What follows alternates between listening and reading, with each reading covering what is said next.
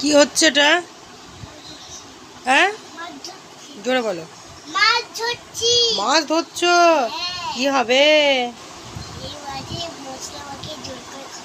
মশলা মাখিয়ে ঝোল করে খাবা? কই দেখি একটা মাছ দেখি, তোমার কিরকম মাছ? ও বাবা, এই মাছ। আচ্ছা তুমি খেলো, আমি রান্না করে গেলাম। হ্যাঁ আচ্ছা বেশ, ঠিক আছে। করো কলাটা। দেখতেই পেলে আমার ফুগলি মাছ ধরছে, সেই মাছের মশলা মাখিয়ে রান্না হবে। আর আমি আজকে একটা দারুণ জিনিস রান্না করব, যারা খাও না রেসিপিটা দেখে কিন্তু তারা একবার অবশ্যই ট্রাই করবে। কি রান্না করবো বলো তো? চলো দেখাই। এই যে এটা রান্না করবো, এটা হচ্ছে কচুর লতি। তো এটাকে আমি ছাড়িয়ে ধুয়ে ভালো করে ভাপিয়ে নিয়ে নিয়েছি। আর এখানে একটু রসুন থেতো করেছি, মশলাটা করব, সরিষা লঙ্কা বাটবো। আর এই যে এখানে চিংড়ি মাছ ধুয়ে রেখেছি, আলু ধুয়ে রেখেছি, আর এই যে পটল, এটাকেও ভালো করে ধুয়ে রেখেছি। আর পটলটা কীভাবে কেটেছি দেখে নাও কিন্তু। তো চলো আমি রান্নাটা স্টার্ট করি। তো এই যে পটলটাকে লাল লাল করে এখন ভেজে তুলে নেব। তারপরে দেবো আলু, তো আলুটাকেও ভালো করে ভাজবো। তারপরে দেবো কচুর লতি, আর পটলটা ভেজে আমি চিংড়ি মাছটাকে ভাজবো। এই যে দেখো, তো তেলের মধ্যে রসুন দিয়ে দিয়েছি, এবার দিয়ে দিচ্ছি এই যে আলু, আর দেবো এই লতি।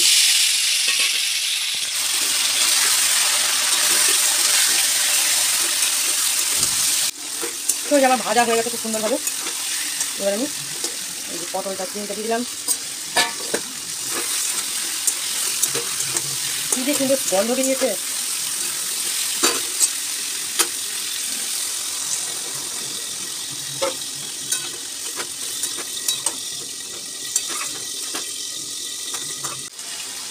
তো এই যে দেখো সব কিছু সেদ্ধ হয়েছে, কচুর লতি আমার প্রায় রেডি।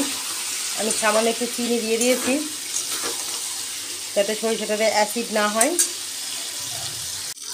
তো এই যে দেখো, এই হচ্ছে আমার কচুর লতি চিংড়ি মাছ দিয়ে। তো একটু লতিটা গলে যাচ্ছে কিন্তু খেতে যা তখন হয়তো একটু টেস্ট করলাম। তো তোমরা বানিয়ে ফেলো। Good evening friends. তো ইভিনিং তো হয়ে গেছে, তো এক্ষুনি ঘুম থেকে উঠলাম আমি। তো তার কারণ হচ্ছে একটাই, আমি একটা বিগ প্রবলেমের মধ্যে আছি। প্রবলেমটা সলভ করতে না পারলে আমার শান্তি হচ্ছে না। শান্তি তো অশান্তি তো হবেই। তার কারণ শরীরের মধ্যে যদি কোনো একটা জায়গাতে না মানে যন্ত্রণা হয় বা অস্বস্তি হয়, তো সেটা বড় কষ্টদায়ক। আর আমার তো সবথেকে কী বলবো, নাজুক জায়গাতেই যন্ত্রণাটা হচ্ছে না, তাহলে আমার তো অবস্থা সিরিয়াস হবে, তাই না বলো? রীতিমতো আমার এই চোখে যন্ত্রণা হচ্ছে, কেন হচ্ছে আমি জানি না। তো কী ব্যাপার? হ্যাঁ, তো সেই জন্য চুপ করে এতক্ষণ শুয়েছিলাম।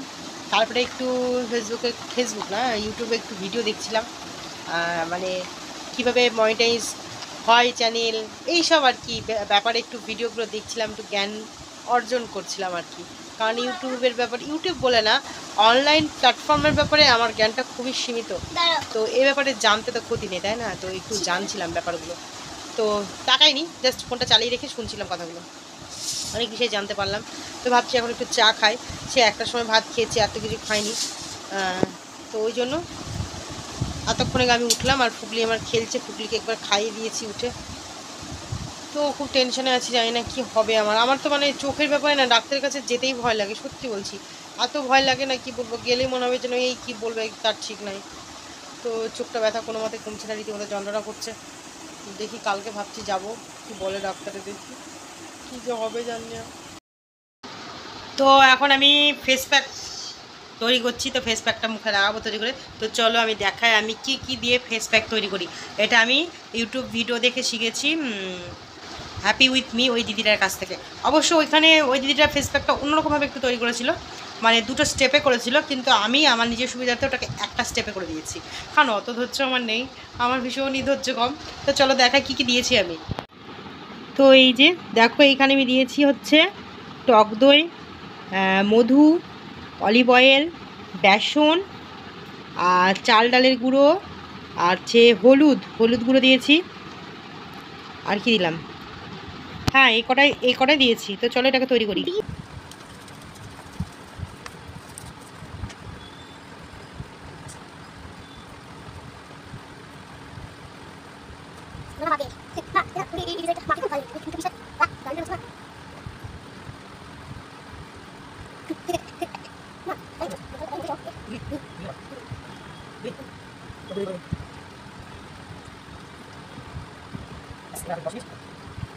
10 মিনিট পর এসে তোমাদেরকে আবার দেখাচ্ছি আমার স্কিনটা এটা দেওয়ার পরে কতটা গ্লো করে।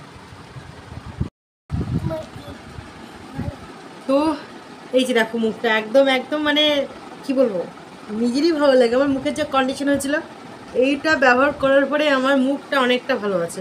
এমনিতেই আমার তো মানে প্রচুর সেন্সিটিভ স্কিন, কোনো জিনিস আমার স্কিনে শ্যুট করে না, একটা মানে কিছু শ্যুট করে না।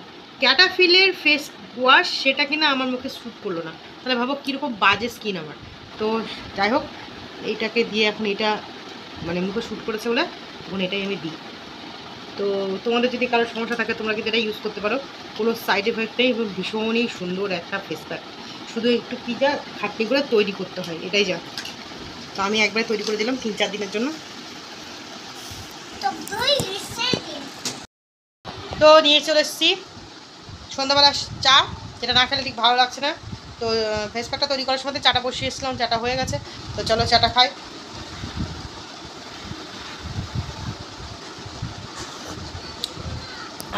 এই চাটা বেশ সুন্দর হচ্ছে। ওই বাড়ি থেকে মানে বাবা কিনেছিল 2 প্যাকেট চা, তো 1 প্যাকেট লেগে রেখেছিল আর 1 প্যাকেট আমি নিয়ে এসেছি। আর মারা তো এখন দুধ চা খায় না, মারা খায় লিকার চা। তো মা বললো ফালতু ফালতু চা নষ্ট করে নিয়ে যা। তো এটাও দেখছি মানে এলাচ ফ্লেভার না, কিন্তু চাটা খেতে খুব সুন্দর।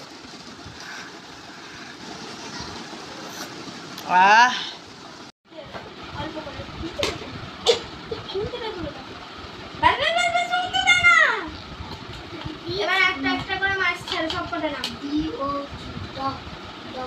আগে দুটো আগে একটা কই মুখে ছিয়ে হলো না তো?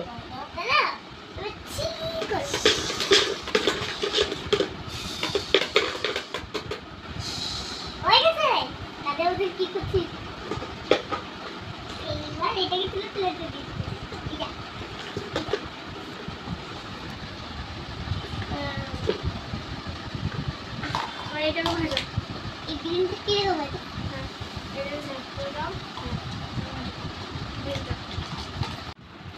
শোনা, এবার চলো, হয়ে গেছে মাছ ভাজা কমপ্লিট।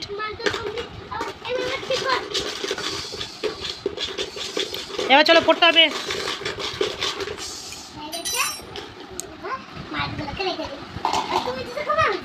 আচ্ছা বেশ।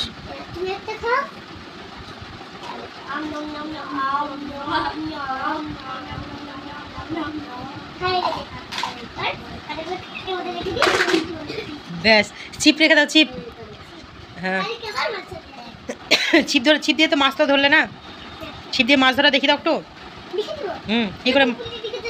কি করে মাছ ধরে ছিপ দিয়ে একটু দেখাও। আচ্ছা বেশ, দেখি কি করে ছিপ দিয়ে মাছ ধরে দেখাও। দেখি ছিপ দিয়ে কি করে মাছ ধরো দেখি।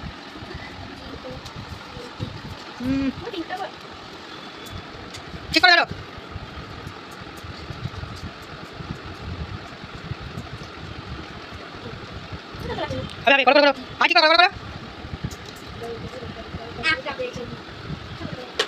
বেশ, এই যে এত সুন্দর মাছ যদি থাকে তাহলে তো মাছ ধরতে ইচ্ছা করবে নাকি, খাওয়াটাও জম্পেশ হবে।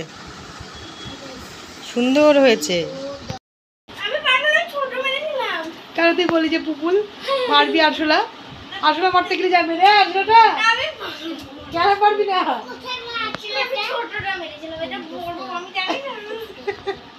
পুপুল গেল আরশোলা মারতে, আরশোলাটা বড় দেখে পালিয়ে এলো, বীর পুরুষের মধ্যে গেল। ওরে বাপরে, আরশোলাটাকে আমি মেরে দিয়েছি। কই আরশোলা?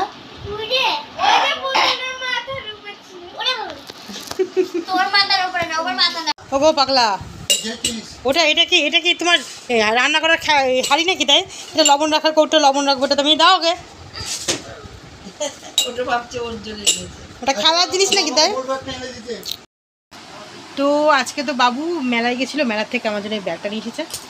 আর ব্লগটাও আজকের মতো এখানে শেষ করি। তো আবার কালকে একটা নতুন ব্লগের সাথে দেখা হচ্ছে। আজকের মতো টাটা, সুইট ড্রিম, সকলে খুব ভালো থেকো, সুস্থ থেকো।